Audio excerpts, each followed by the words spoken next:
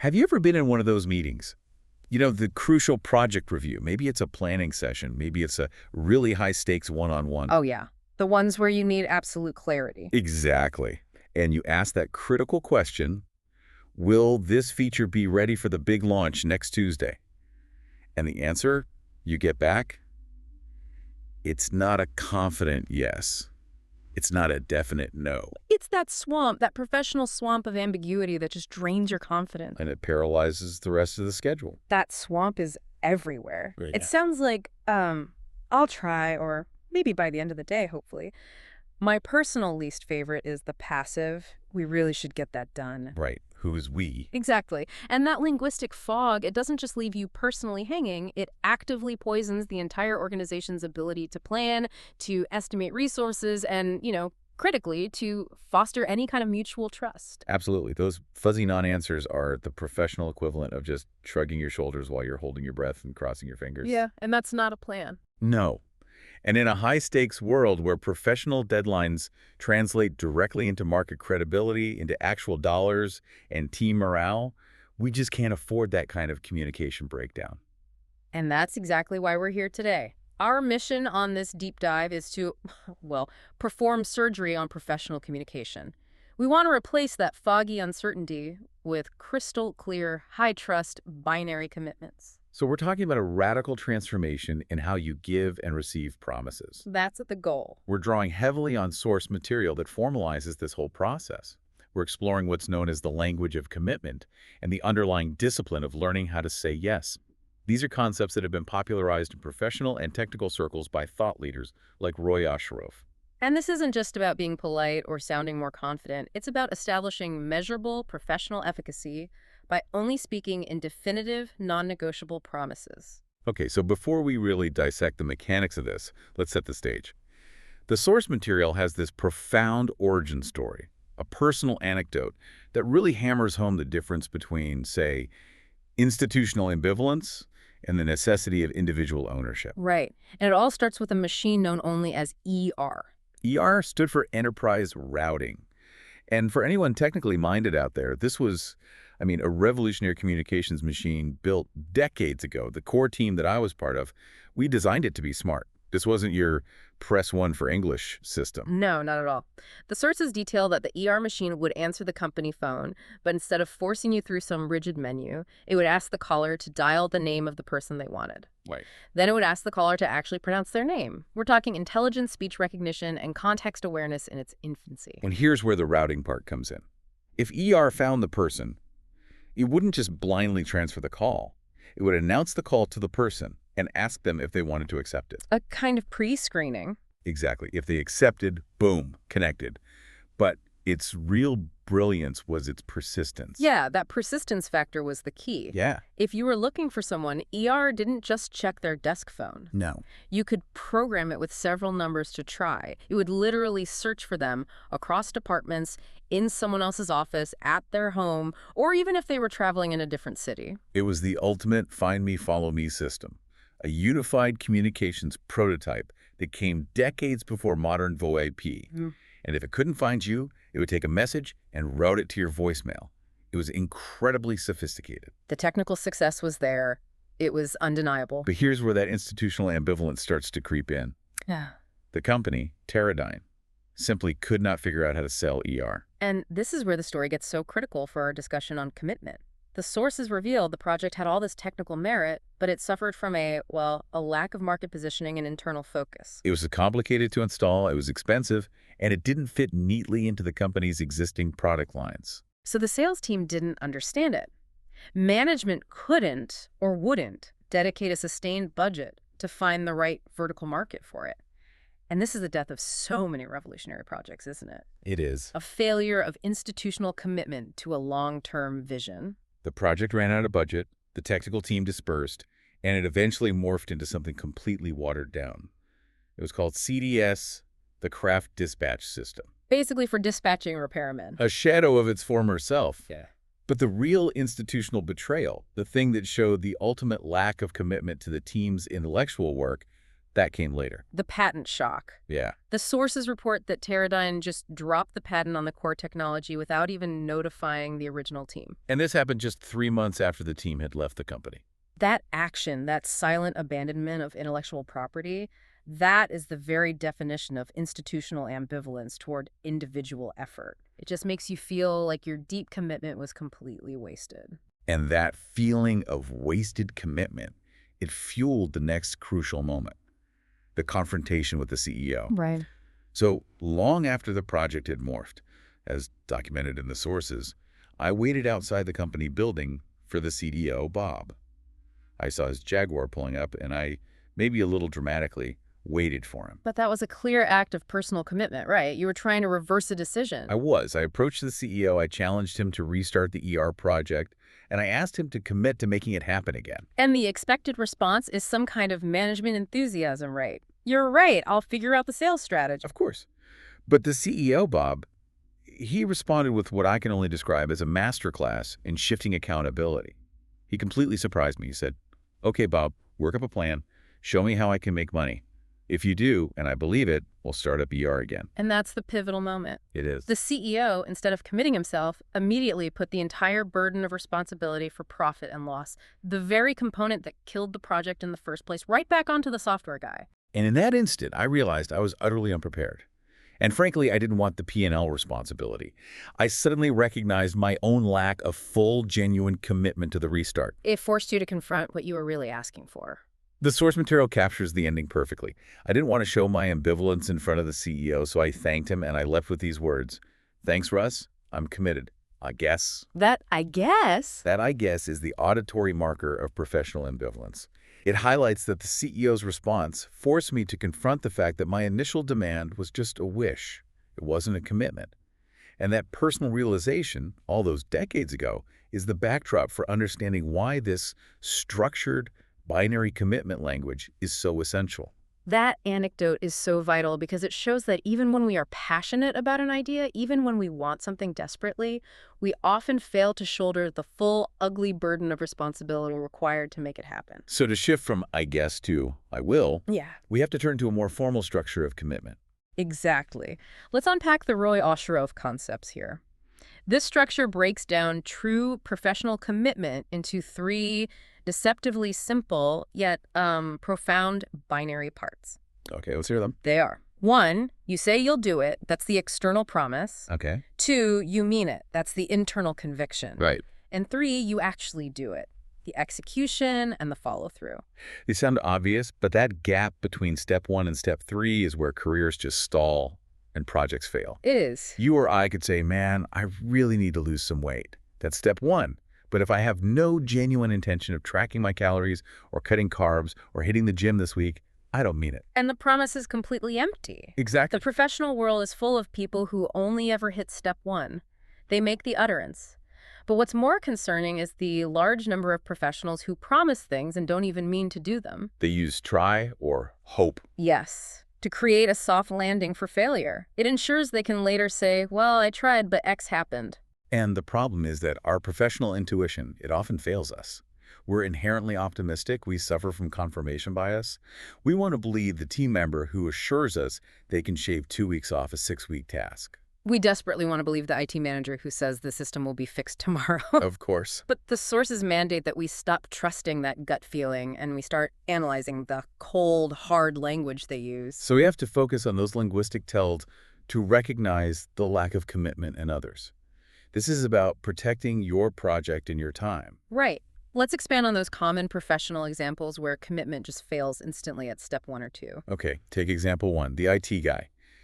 You ask why the network is running at a crawl, and he replies, "Yeah, we really need to get some new routers." Nothing happens. Nothing. The word need is a classic linguistic evasion. It's an abstract statement of an external requirement, maybe a corporate or a budgetary requirement, but it contains no personal action, no internal conviction, and crucially, no timeline he's responsible for. So he's suggesting someone else, the budget committee, the procurement team, is responsible for the fix.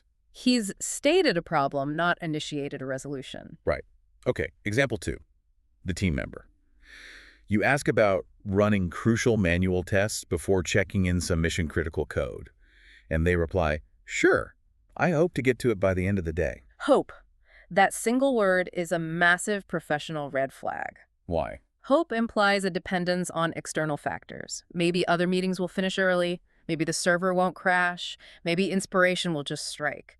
It suggests a fundamental lack of personal agency or control over their own schedule and priorities. So they're not committing to doing the test. No, they are committing to hoping that circumstances allow the test to happen. And if it doesn't happen, well, it's not their fault, is it?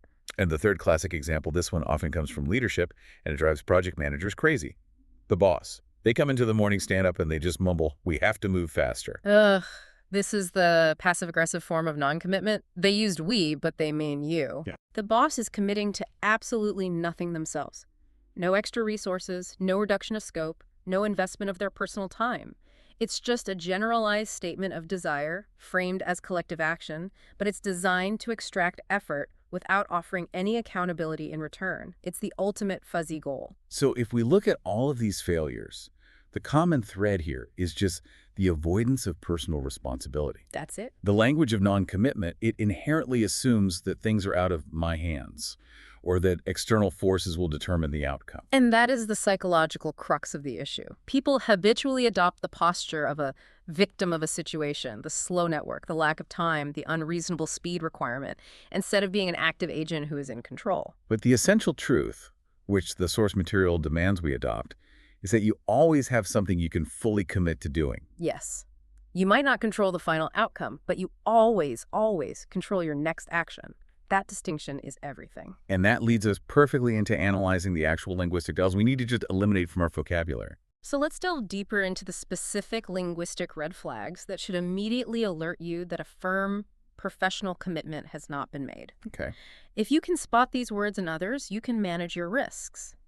If you spot them in yourself, you can course correct instantly. So the first category is needs shoulds. I am so guilty of this one constantly.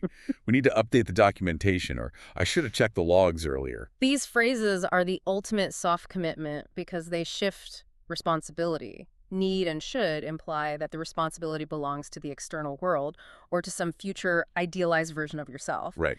When someone says, "We need to get this done," who's the we, often it's just this external abstract body. It's stating a wish for a favorable outcome without claiming the personal effort required. It's non-actionable, as it's stated. I think we need to contrast that thought process. So if I realize I need to fix the server issue, that's the diagnosis. The correction, the commitment, must be, I will spend the next hour diagnosing the server issue, and by 3 p.m. I will report the root cause and the next steps. There it is. The shift is from that external pressure, the need, to internal agency, the will. Exactly. And the moment that shift happens, the language, it impacts all the downstream planning. If you say, we need to fix it, I can't plan anything around that. No. But if you say, I will report the root cause by 3 p.m., I can plan a follow-up meeting for 3:15 p.m., and I can inform the customer about a solution window. That clarity just compounds. It does. Okay, next up we have hope swishes. I hope to get this done by tomorrow, or I wish we didn't have to deal with this legacy software. These just sound like signals of giving up. They are signals of an abandonment of agency. They suggest a reliance on luck or favorable circumstances or external forces like budget approval or some kind of managerial intervention. If you hope something happens, you are setting yourself up to accept failure as a legitimate, non-accountable factor. And professionals don't rely on hope. They rely on process and commitment. If a professional genuinely cannot control the timeline, they have to commit to actions that reduce the uncertainty, not simply wish it away. And finally, the open-ended, let's meet sometime, or let's finish this thing. It feels collaborative, it feels inclusive, maybe even energetic. But it's often just accountability diffusion. What do you mean by that? Unless that statement is immediately followed by a clear assignment to an individual and a specific deadline, it just floats forever. Let's meet sometime is meaningless. The corrective commitment would be, I will send out a meeting invite for 10 a.m. Thursday morning. Now, the action, the owner, and the deadline are all clearly defined. The let's often becomes the place where accountability goes to die because everyone feels partially responsible. and therefore no one feels fully responsible. Exactly. Okay, so if those are the red flags, what is the secret ingredient? What's the structural antidote? The source material gives us the binary commitment statement. This is the transformation tool. The language of commitment must be a statement of fact about something you will do, with a clear, defined end time.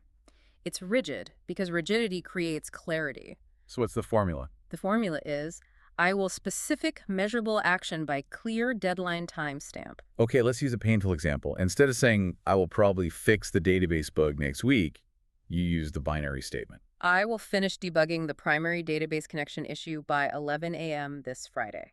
That statement is powerful because it removes all the fuzziness. There's no room for possibly or might get to it. You are talking about a clear action you will take, not some vague possibility.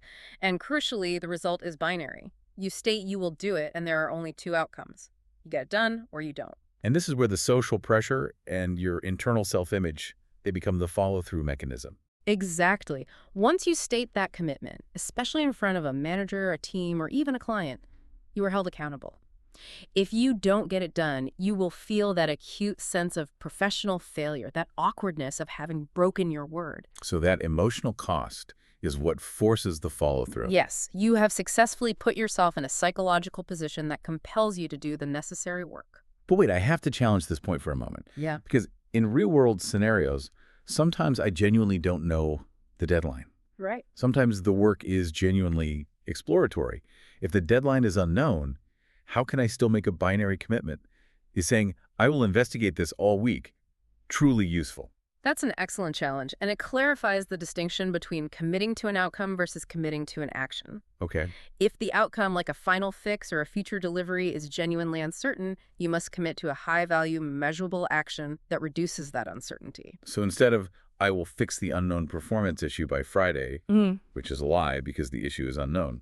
The correction is, I will perform a full packet trace and analyze the top 3 memory-consuming processes, and I will deliver a formal, written root cause analysis summary by 4 p.m. this Friday. I see. That is a commitment to an action investigation analysis summary that is fully under your control. And it has a clear binary result.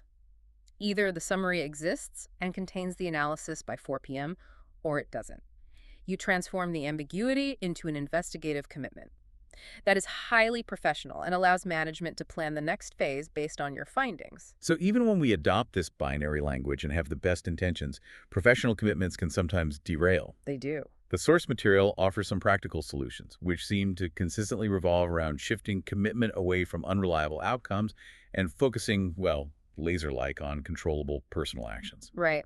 We need to acknowledge the 3 main roadblocks that derail even the best I will by statements and apply the necessary corrections. Okay, so let's start with roadblock 1. Dependence on others. This is the scheduling killer. You're committed to finishing Module A, but Module A requires integration with Infrastructure B, which is solely owned by an external team, or, just one person, person X. Right. You simply cannot commit to the ultimate outcome of the fully integrated module because you are relying on external variables. The rule is inviolable. You can only commit to things that you have full personal control over. If the end goal requires external action, you have to pivot immediately. You commit to specific, measurable, controllable actions that bring you closer to the goal, irrespective of the other person's speed. Okay, let's brainstorm some specific examples. Say my commitment is blocked because Gary from the infrastructure team hasn't delivered the necessary API credentials. The lie is, I will start integration testing on Friday. That's a hope, not a commitment. So what are the specific controllable actions I can commit to instead? We need to move the burden away from just waiting. Instead of promising the outcome, you promise the mitigation. So action 1 would be engagement. You'd say, I will schedule a 30-minute face-to-face meeting with Gary tomorrow at 9 a.m. to review his current timeline and confirm delivery of the API credentials. That's something you control. Okay, I like that. What else? Action 2, contingency.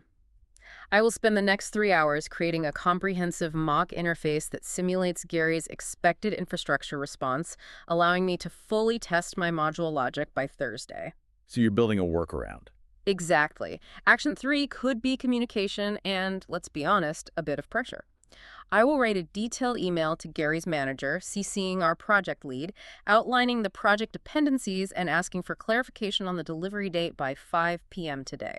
Yeah, I suppose a fourth action could be just building something on my own. Totally. Alternative development. I will create a disposable, temporary local build of the system with dummy credentials to run integration tests, ensuring my specific code changes are verified by the end of the day. That is the difference. You're not committing to Gary solving the problem. You're committing to your actions to mitigate, understand, or work around the dependency. You have full control over those actions, which maintains the integrity of your professional commitment. Right. And this applies equally when the dependency is external to the company.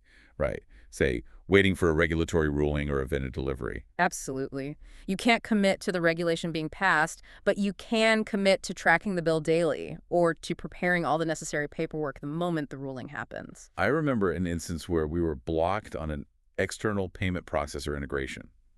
Instead of just waiting, my team committed to writing a formal, detailed architectural description of the expected payment interface. Okay. Then we printed it out and physically walked it over to the vendor's office manager, demanding a signature confirming receipt and review within 24 hours. You committed to forcing engagement. Exactly. Not just waiting for their reply. It cut weeks off the timeline. Okay, what's the next roadblock? Roadblock 2, uncertainty or scope creep. This is the situation where a task feels like a black box. You commit to solving a bug, and halfway through you realize the bug is, well, much more hideous than you initially thought. Or management gives you an abstract goal, like fix all 25 known bugs before the next release. Right. The panic response is to stay silent and hope you can catch up, which, never works. Never. The professional solution is to commit to investigation or action that clarifies. If you don't know if the ultimate goal is feasible, you commit to finding out. So for that goal of fixing 25 bugs, which is doubtful in the given time, you commit to what? You commit to concrete investigative actions that quantify the effort. Action 1 could be triage. Triage. I will spend the next 4 hours reproducing and formally categorizing the difficulty, small, medium, large, of all 25 bugs, and I will report the total estimated effort by noon tomorrow. Okay, what about a deeper dive? That's action 2. I will commit all day Thursday to pairing with the QA who found the most critical 5 bugs, ensuring I understand the exact failure mechanism. Or a spike. Yes, a spike. Action 3. I will allocate 8 hours to perform a spike, a time-boxed investigation on the most complex bug, and I will report back on Monday morning whether a fix is feasible within 2 days or if it requires a complete refactoring. The crucial step here is timely escalation.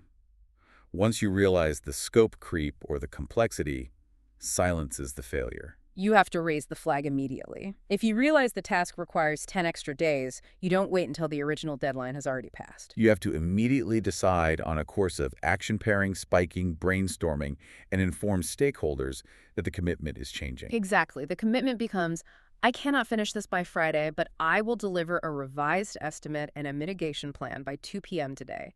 You are fulfilling the commitment of timely information and management, even if you are failing the original timeline commitment. Which brings us to roadblock 3, unexpected events. The inevitable escape clause. Right. It wouldn't work because sometimes life just happens. Traffic, sudden illness, family emergencies. How can you commit to something outside your control? You can't guarantee life won't happen. But you can, and you must, guarantee expectation management.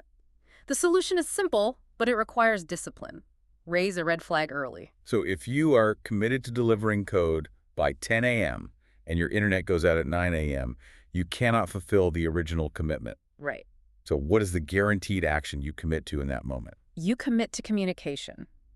The commitment here is to the stakeholders. The moment you realize you can't make the deadline, the commitment becomes, I will contact all relevant stakeholders immediately via the agreed-upon emergency channel, like Slack or text, and I will provide an update and a revised timeline. And the sources emphasize that the earlier you raise that flag, the better. So much better. If you're stuck in traffic and you realize you'll be late for a 10 a.m. meeting, don't wait until 10:05 to send a fuzzy text. The moment you are delayed, the action is, call or message the organizer immediately, state your new ETA, or propose rescheduling. You fulfill the commitment of clear, timely communication, which preserves trust, even if the original commitment fails. This brings us to the hardest part, applying this binary commitment structure when you're under pressure. And that often requires saying no to the timeline requested while still trying to achieve a creative yes through disciplined negotiation. Right. And for this, we return to the case study of Peter, the developer, and his manager, Marge. The scenario involves deadlines for modifying a critical rating engine and making sure all the documentation is ready for the tech writer. Marge needs a definitive schedule. And she starts by demanding a binary commitment.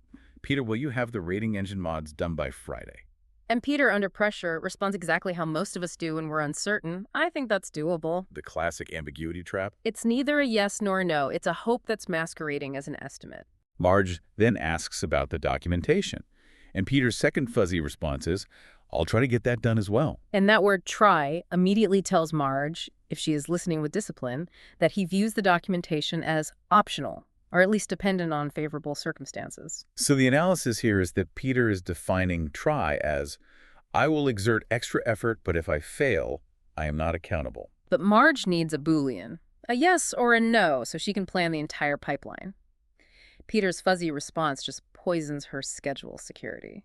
So what would a more honest but still unprofessional response from Peter look like? He could describe his internal risk assessment something like, probably, but it might drift to Monday. And for the documentation, that'll take me another few hours, so Monday is possible, but it might be as late as Tuesday. That's truthful, but it throws all the uncertainty back at Marge, forcing her to manage Peter's risk. It does. So Marge pushes for clarity. She demands the required binary commitment. I need a definite yes or no. Will you have the rating engine finished and documented by Friday? And this is where Peter has to engage that professional discipline. He knows, based on his internal calculations, the modifications taking 5 days, plus documentation and testing taking Monday morning, he knows that finished and documented by Friday is impossible without cutting critical corners. He cannot make that promise with integrity. So Peter gives the professional answer. He uses the disciplined language of commitment to deny the timeline requested, but he confirms the earliest possible timeline. He says, in that case, Marge, I'll have to say no.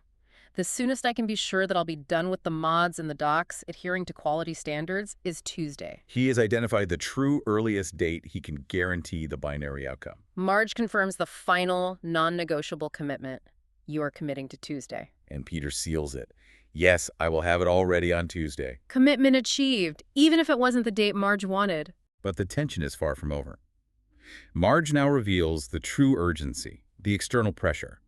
She needs it earlier because Willie, the tech writer, has to have the finalized code output and the documentation by Monday morning to finish the user guide. And that user guide is critical for the product launch. So Peter is now under extreme pressure to break his commitment to quality just for the sake of the schedule. He's tempted to promise Monday by skipping necessary internal safeguards, not writing tests, avoiding refactoring, omitting the full regression suite.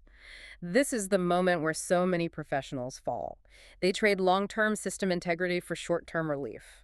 And this is where the professional has to draw the line by understanding the nature of technical debt. We need to assert why Peter refusing to skip testing isn't just him being stubborn, it's him being financially responsible. Absolutely. The commitment to quality is subordinate to all deadlines.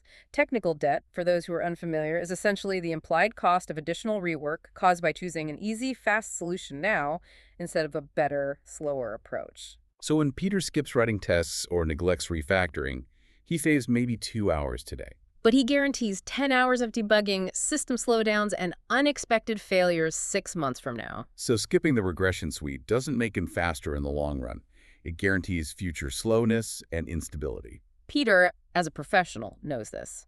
His code needs to be tested, it needs to be clean, and he must be certain he hasn't inadvertently introduced a new critical bug somewhere else in the system.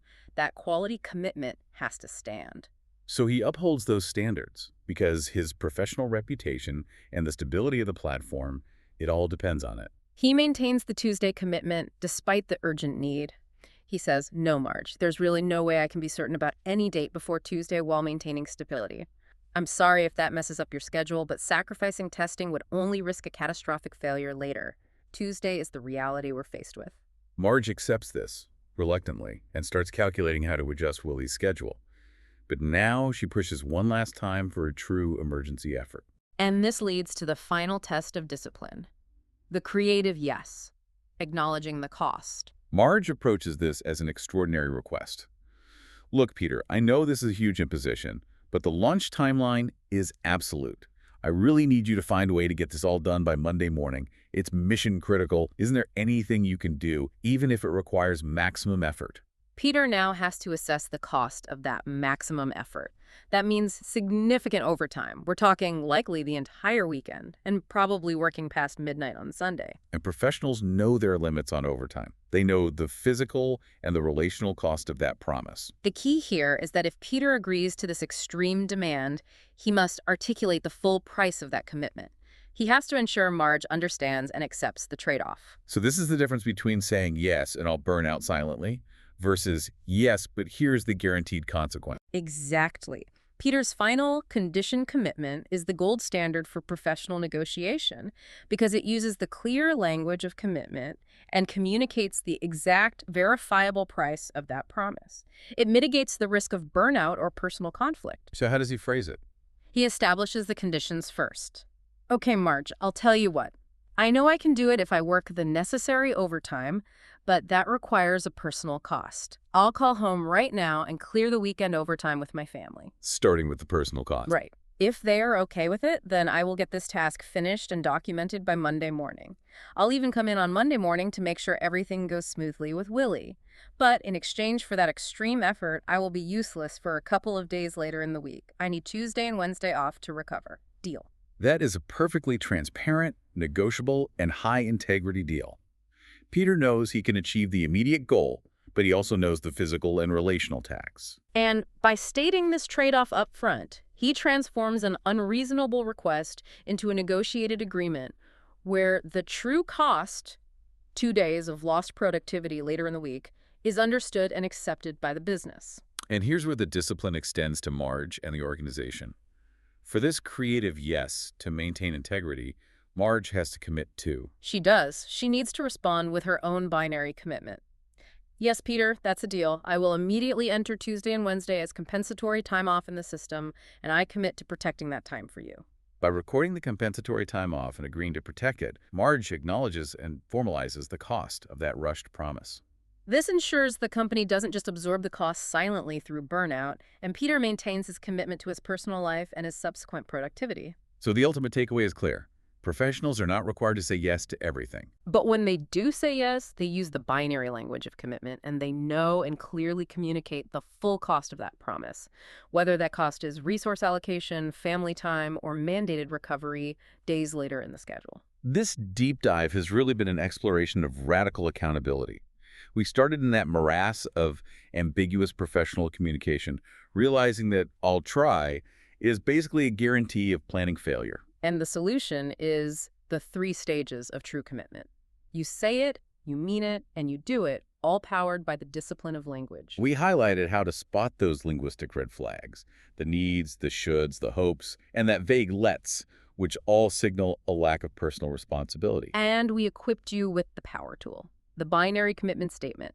I will specific, controllable action by clear deadline. And crucially, we learned that when you're faced with dependency or uncertainty, you don't commit to the final dependent outcome. You commit to the specific, controllable actions that bring you closer to that goal, like creating a mock interface or committing to a time-boxed investigation.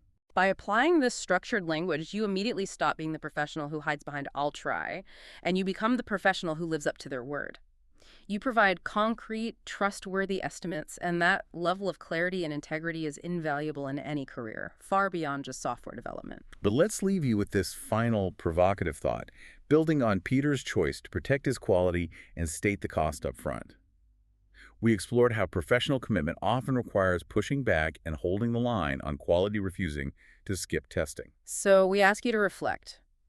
What unexpected personal cost, whether it's time, focus, energy, or even the quality of your future work, do you currently absorb silently when you fail to state the full, true cost of a critical, rushed yes? And more importantly, what immediate action could you commit to this week using that "I will bias" structure to prevent that cost absorption from happening again? Take ownership of the cost, and you take ownership of the commitment. Start small, commit to the action, and see the transformation in trust and planning clarity unfold.